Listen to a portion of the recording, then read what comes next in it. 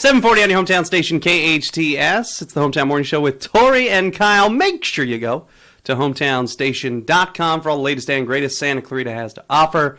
Speaking of the greatest Santa Clarita has to offer, a very special guest in studio. We have Dr. Jaimie joining us from Cinema Vet. School's back in session, Tori. You know I know. You know this from traffic. A couple of weeks. But that means the kids aren't at home all the time, and maybe little puppies, little animals get lonely. That's a question for our expert. Yeah, Dr. Jaimie, what do we do about, or is this a worry about pets being lonely at home? That's a really good question, because I do get that quite often, actually, from my clients. Every animal's different. So there are some, especially dogs, that are sensitive to schedule changes, and they like their family, their pack, all home with them. And when kids go back to school, or if kids go off to college and they're not around, you definitely can see a difference in their demeanor or their behavior. They might be a little bit down, sad. How can you tell? Some will just tend to kind of mope around. They might spend a lot of time in the kids' room.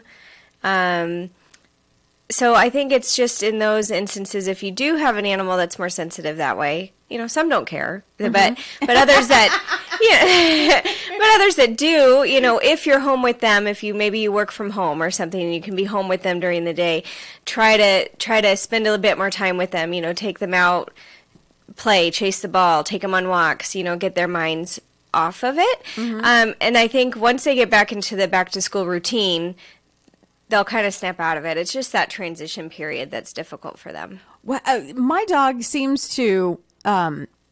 It's kind of the in between of not caring and we think she cares. When my daughter went away to college, and then when she went away, then she ended up moving right after college. But then she comes back for vacations, and the dog just seems, she goes crazy when my daughter walks in, just crazy. So it seems like she remembers. Sure. Yeah. And then after that initial thing, it's like, okay, we're good. And then it's just back to normal, and she has life on her own terms, you know?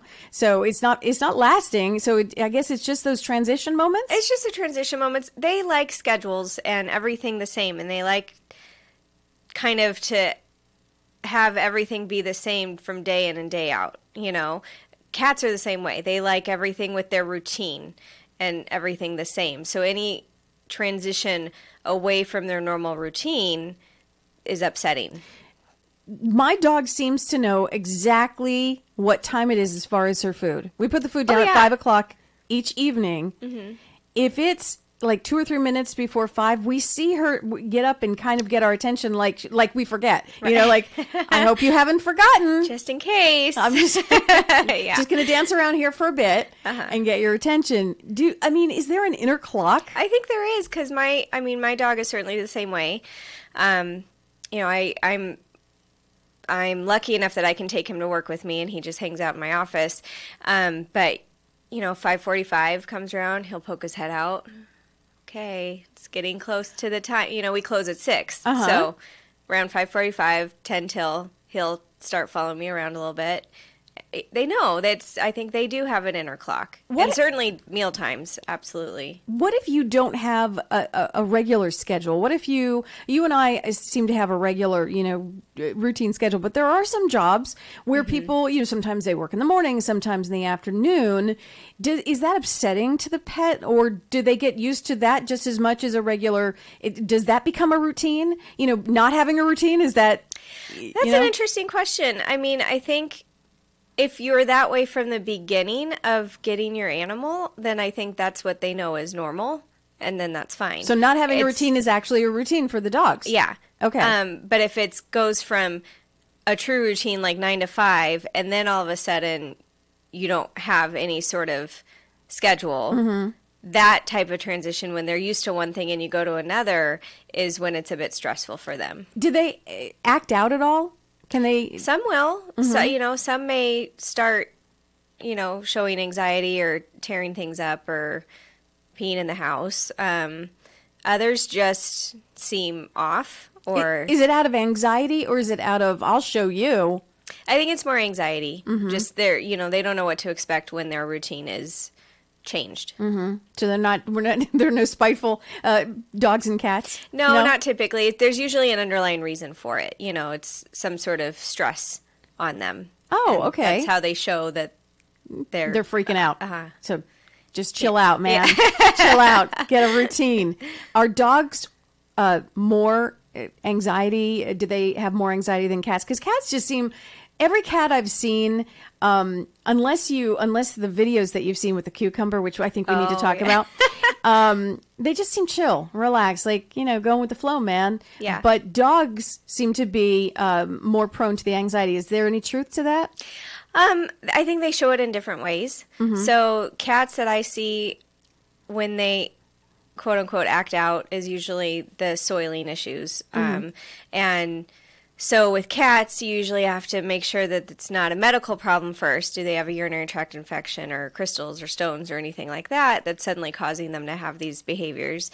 And if not, then okay, well, what's then causing the behaviors? And it's usually some other kind of stress, and it could be really, really subtle. So maybe not just a change in your routine. It could be something changed around the house. Maybe you're having construction done on the house. Maybe there's an addition of a new cat or dog, or a guest in the house. Maybe absolutely. Any of those types of things, they will show their stress in those types of ways typically more than. In the time we have left, Dr. Jaimie, we really have to talk about the cucumber. What have you must have seen these videos. I've seen the videos. If our listeners haven't seen the videos yet, there are a bunch of them where people lay down a cucumber unbeknownst to the cat. Yeah. And then as soon as the cat sees the cucumber, jumps like just a spring. Yeah. And it freaks them out. So what is going on there? I don't know exactly. A few of my theories are that it's just something they have never seen before. Like, when else would they ever see a cucumber? It's not something that's typically laying on the floor like a sock or a toy.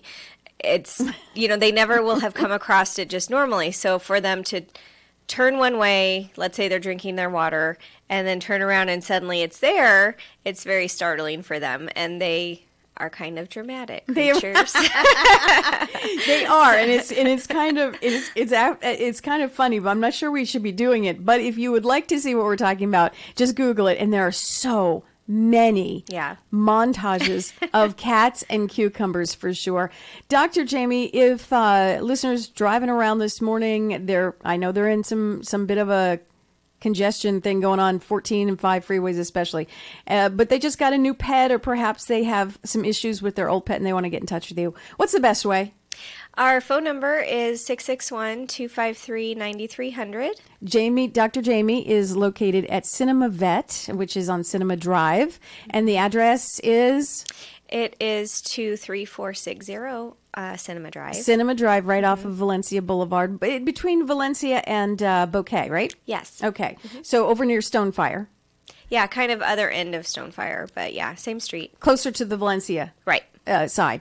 You can always call. You can call us here if you want to get in touch with Dr. Jaimie and need a vet. She's the one for sure. Dr. Jaimie, thank you so much. Thank you. And talking about some silly cucumbers and cats this morning. I appreciate it. Have a great Tuesday. Thanks.